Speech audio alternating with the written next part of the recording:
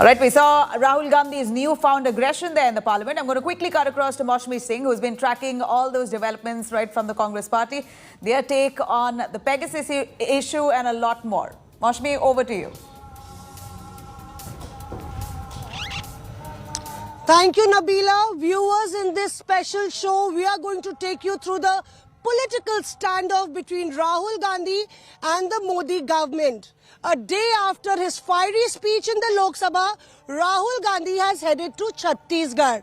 He is going to honor soldiers at the Amar Jawan Jyoti. That's the Chhattisgarh's Amar Jawan Jyoti. So Rahul Gandhi will lay a foundation stone for an Amar Jawan Jyoti in Chhattisgarh. Remember, viewers, that it was the Chief Minister Bhupesh Baghel and Rahul Gandhi, along with several opposition leaders, who had criticized the government over merging of the Amar Jawan Jyoti at the India Gate in Delhi with the National War Memorial, even as the centre justified the move. The Chhattisgarh Amar Jawan Jyoti will have a brown marble wall with names of soldiers inscribed on it and a memorial tower too. During his day-long visit to Chhattisgarh, Rahul Gandhi will also launch 2 state government schemes in Raipur.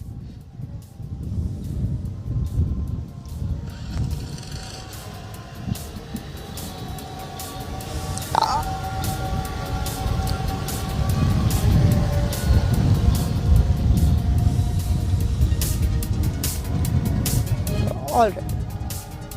So Supriya is joining us from Delhi, and she will give us an up-to-speed of what's actually happening in Raipur. Rahul is continuing his tirade against the Modi government. Supriya, all the barbs out. Well, Maushmi, the poll bugles have been blown. Yesterday in the parliament, we saw that speech by Rahul Gandhi where he raised issues related right from the unemployment to price rise. At the same time, also talked about the Union of States, the entire controversy which is going on, that whether the BJP is saying it's one India, whereas the Congress says and the other opposition parties are talking about the Union of India, the concept of Union of India. At the same time, also the issue of Pegasus was raised. And now today, Rahul Gandhi has reached Chhattisgarh, Raipur, where he's going to lay down the foundation of Sevagram as well as Amar Jawan Jyoti, and will also inaugurate a host of other schemes in Chhattisgarh. What is really interesting is that it's back-to-back programs of Rahul Gandhi. Yesterday he was in Delhi giving that speech in the parliament, in the Lok Sabha, and then today he's in Chhattisgarh. Tomorrow he's going to Goa, and day after tomorrow he will be visiting Uttarakhand, is what the entire tour schedule of Rahul Gandhi is. And he has upped the ante against the government. Yesterday, the entire opposition's first speaker was technically Rahul Gandhi only, and he has tried to corner the government on very key issues. Now the Congress party is saying that they will be continuing raising the issues, whether it is the unemployment, whether it is the Pegasus, whether it is the China border tension. They are saying that they will continue raising it and will continue cornering the government. Supriya, you cover the Congress in detail. I would want to ask you, it's very interesting that 5 states are going to the polls, and Rahul Gandhi continuing his attack on the Modi government on the national security front, and here taking on the government as far as patriotism is concerned. Well, see, Maushmi, one has to understand that it is no longer the battle at grassroots level only, but it is also the battle of the narratives. And now the Congress party, we know, has come up with this entire narrative which is based on issues. They are saying that they will not talk about the religion, the caste divide, but they want to talk about the issues. So this is what exactly we saw in Uttar Pradesh also, when Priyanka Gandhi raised up the issue of women. Ladki Hoon Lad Sakti Hoon campaign was launched. And then at the same time, the youth manifesto was launched in Delhi by the Congress party, and it was none other than Rahul Gandhi himself along with Priyanka Gandhi.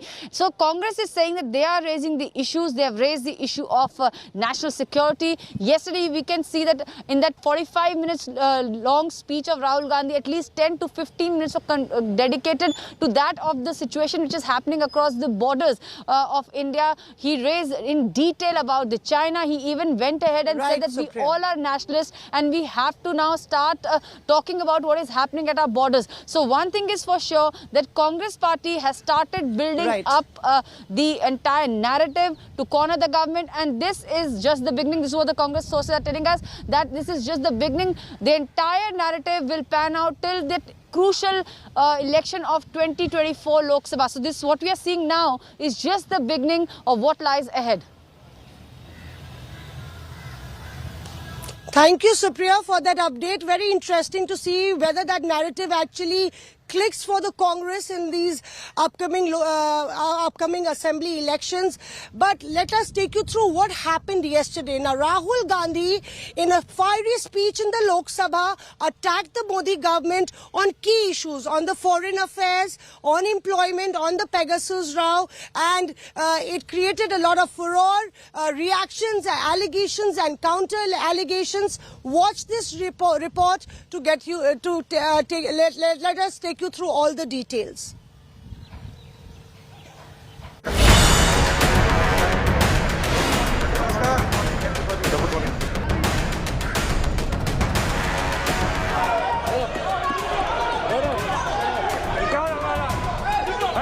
Fireworks erupted in Parliament when Rahul Gandhi took on Narendra Modi government on Wednesday. The Parliament showdown took place during the debate on President's address on government policies. The Congress MP tore into the government on a range of issues. His biggest charge: the Prime Minister was ruling like a king. Now that idea of a king has come back. That there is a king, a Shahin Shah, a ruler of rulers. It is a partnership. It is not a kingdom. Remember that. No matter what fantasies you might have, you will never ever rule over the people of the states of India. To press his point, Rahul shared an anecdote. The Congress MP alleged that a group of Manipur politicians were asked to remove their shoes before meeting Home Minister Amit Shah. He sought Home Minister's apology over the incident. Some political leader, I'm not going to name, came to me from Manipur. He said, Rahulji, a delegation of Manipuris, political leaders, senior leaders went to see the Home Minister. Outside his house, we were told to take off our shoes. And when we went inside his room, we found that the Home Minister was wearing his chappals. Sharpening his attack on Modi government, Rahul raked up Pegasus in his speech, calling the alleged Snoopgate an attack on institutional framework. When you apply Pegasus on an Indian politician, when the Prime Minister personally goes to Israel and authorizes the use of Pegasus in India, he is attacking the people of Tamil Nadu, he is attacking the people of Assam, he is attacking the people of Kerala, he is attacking the people of Bengal. The Congress MP's attacks evoked a strong reaction from the BJP. Assam Chief Minister Himanta Biswa Sarma slammed Rahul, saying the leader who fed his dog and political leaders from the northeast the same biscuit should not speak on decency. Parliamentary Affairs Minister Prahlad Joshi called Rahul a confused person, unaware of history. With explosive showdowns in Parliament marking the budget session, will political interest take precedence over real issues yet again? Bureau Report, India Today. That we have made a massive blunder. Even as full fireworks continued over Rahul Gandhi's speech in the Lok Sabha, the US has now slammed the Congress leader's remarks. Answering to a question on Rahul Gandhi's speech in the Lok Sabha, the US Department of State spokesperson said that US would not endorse remarks made by the Congress leader. Ned Price's remarks come after Rahul Gandhi suggested that China and Pakistan's relationship is closer than ever before because of PM Modi's ineffective policies. Just yesterday, External Affairs Minister S. Jaishankar offered a strong rebuttal to Rahul Gandhi's remarks on India's foreign policy and schooled the Congress leader with what he called history lessons for Rahul. In a series of tweets, S. Jaishankar posted a timeline of events between China and Pakistan.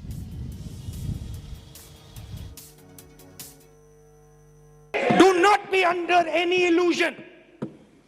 Do not underestimate the force that is standing in front of you. Do not underestimate the power that stands in front of us. Do not underestimate it. You have brought Pakistan and China together, and this is the single biggest crime that you could commit against the people of India. I will leave it to the Pakistanis and the PRC to speak to their relationship. I certainly would not endorse those remarks. So as the political standoff continues, Rahul Gandhi's remarks have made headlines even as the US has responded. Our colleague Geeta Mohan is with us and we'll take an update from her. Geeta, US responding to Rahul Gandhi's remarks, indeed it's a shot in the arm for the government. Diplomatic response coming in from an American diplomat. Also because ties between India and the United States of America stand so strong today that there is no reason for the US administration to be endorsing Rahul Gandhi's remarks. Having said that, there is a correction over here in terms of how Dr. Jaishankar has put forth what defines a China-Pakistan relationship, which is they have been and always will remain all-weather friends, irrespective of which government was in power in Delhi. And in that history lesson, he spelled out the handover of Chhattisgarh Valley, the building of Karakoram Highway, CPEC corridor initiation during Congress regime, and so on. So it is not because there is a particular government in New Delhi and the foreign policy is questionable. It is because China and Pakistan have always stood by each other, have never criticized each other in public, and has always worked against the United States of America. So it would not have done well for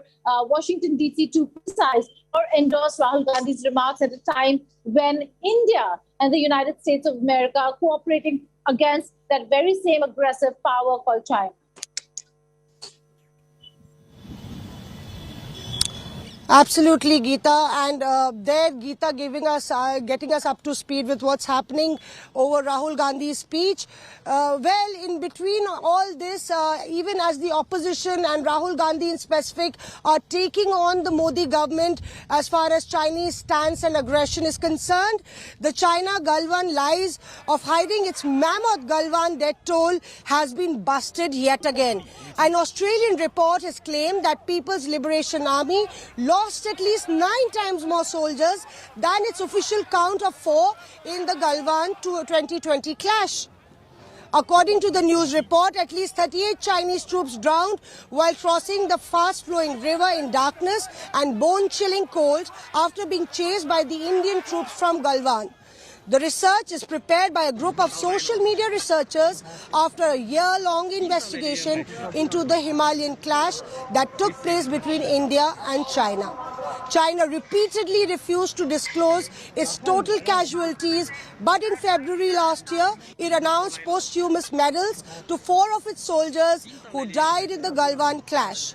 It recently used a Galwan clash survivor to carry the Olympic torch in a propaganda drive.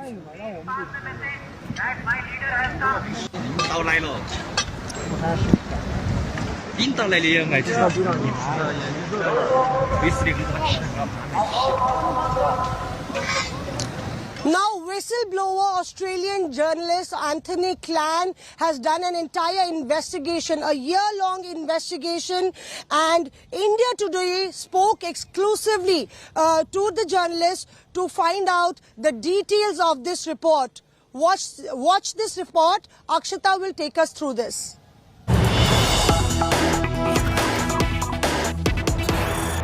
The author of this explosive report that confirms the Chinese casualties in the Galwan clashes is joining us on this broadcast. We have with us Anthony Clan, editor of the Klaxon, joining us on this broadcast. Anthony, thank you for joining us from Sydney and taking the time out to talk to us here on India Today. You know, your report on the Chinese casualties in the Galwan clashes is creating quite a stir here in India. In your investigative report, in your piece, you've said that China lost as many as 38 soldiers in the Galwan clashes. That's over 9 times higher than what China claimed the casualty count to be. That's correct. China has claimed the casualty count to be 4. Now, it didn't come up with any numbers until 8 months after the clash, and that was in February of last year. They've come forward and said 4 people, or they've awarded 4 people medals posthumously. Yeah. But now it's emerged, this report has emerged, suggesting it's much, much higher, around 38. There are varying reports, but 38 seems to be the popular number, yes. Anthony, how did you unearth these details? Because, you know, what we've realized in the last almost 2 years, and you mentioned this in your report as well, about how China has so aggressively censored these details about the casualty count and exactly what transpired in Galwan. Precisely, and that's what's made it so difficult getting the information out, and that's why it's remained shrouded in secrecy in a way. You've got an enormous issue. You have the world's 2 most populous nations having a clash, and the world doesn't know what's happened. So a lot of it is because of the Chinese government has censored it, has been taking down reports from the internet, and even arresting one journalist for reporting the fact that the death toll was much higher than the 4 alleged by the Chinese government. And that's exactly what I was going to ask you. You know, when you've got a tool like the internet, how is it that China has managed so far to really hide these kind of details with regards to exactly what the casualty count is? There have been varying figures. There have been varying reports that have stated that, you know, the casualty count is much higher. China has maintained, as you said, that it's just at 4. How have they managed to keep it, you know, under the covers for so long? A lot of it is the censorship of the Chinese media. 1, threatening people that speak the truth, and 2, removing any reports of what actually happened. So people are quite scared, obviously, to talk out. Now, our researchers have come by this information from a number of sources over a year-long investigation, as you mentioned. Now, they've gathered source material, interviews, a range of materials. But in particular, it's most interesting the materials that we've obtained that have been removed from the Chinese internet. Now, that's quite telling in terms of what the government officials have been looking to censor and remove. And there's been a specific focus on any mention about the true casualty count from that battle. I want to also understand from you, you're saying this took almost a year long of research to actually come to this kind of details, which has never really been out. The fact that you've pegged the casualty count to be 38 is something that's not really been spoken of before. Yes, there have been reports that suggested that it's much more inflated than what China shows it to be. I want to know that in you and your team's correspondence with Chinese journalists, with anyone based in China, what their response was to exactly what transpired in Galwan. So the figure of 38 has come up repeatedly. We don't know the exact figure, but the 38 is our best guess. It's certainly a lot more than 4. There have been figures in the Indian media as well as high as 100 or more. Yeah. We can't verify that, but not to say it's incorrect, but 38 is the figure that keeps coming back. And our sources on the ground in China are confirming that figure.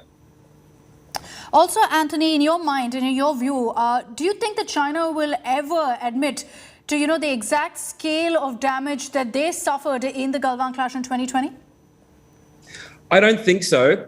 There's the reason for that being after the clash, China refused to admit any casualties whatsoever. Yeah. Now, its argument was, we don't discuss casualties, full stop.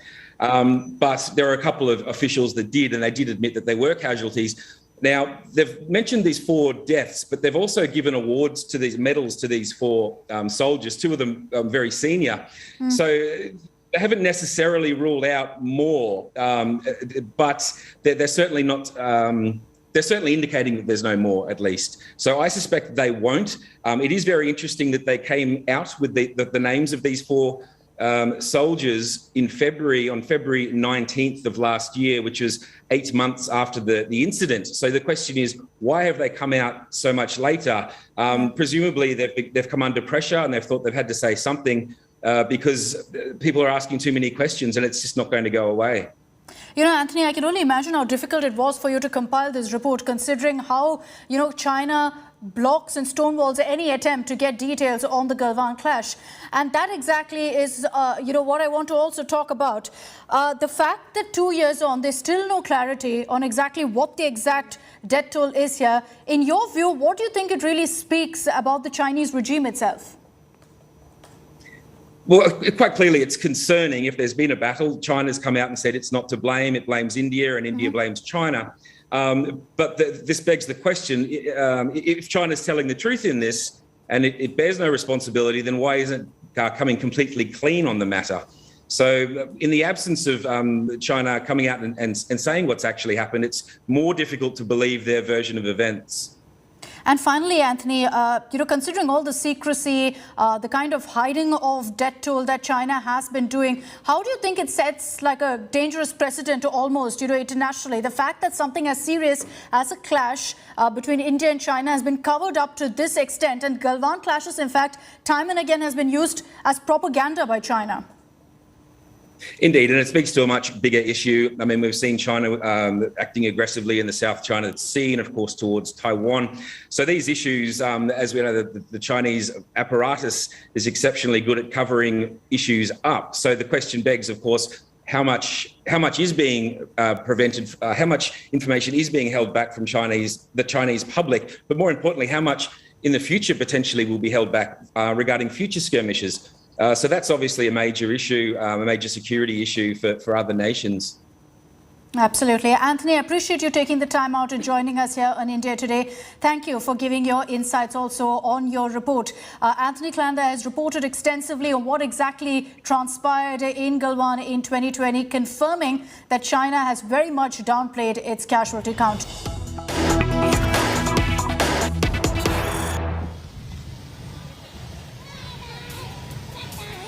So that was Akshita getting us an exclusive conversation with the Australian journalist. But even as national security comes to the center stage, while assembly elections have peaked and 5 states go to the polls, it remains to be seen who will it benefit. That's all in this special report.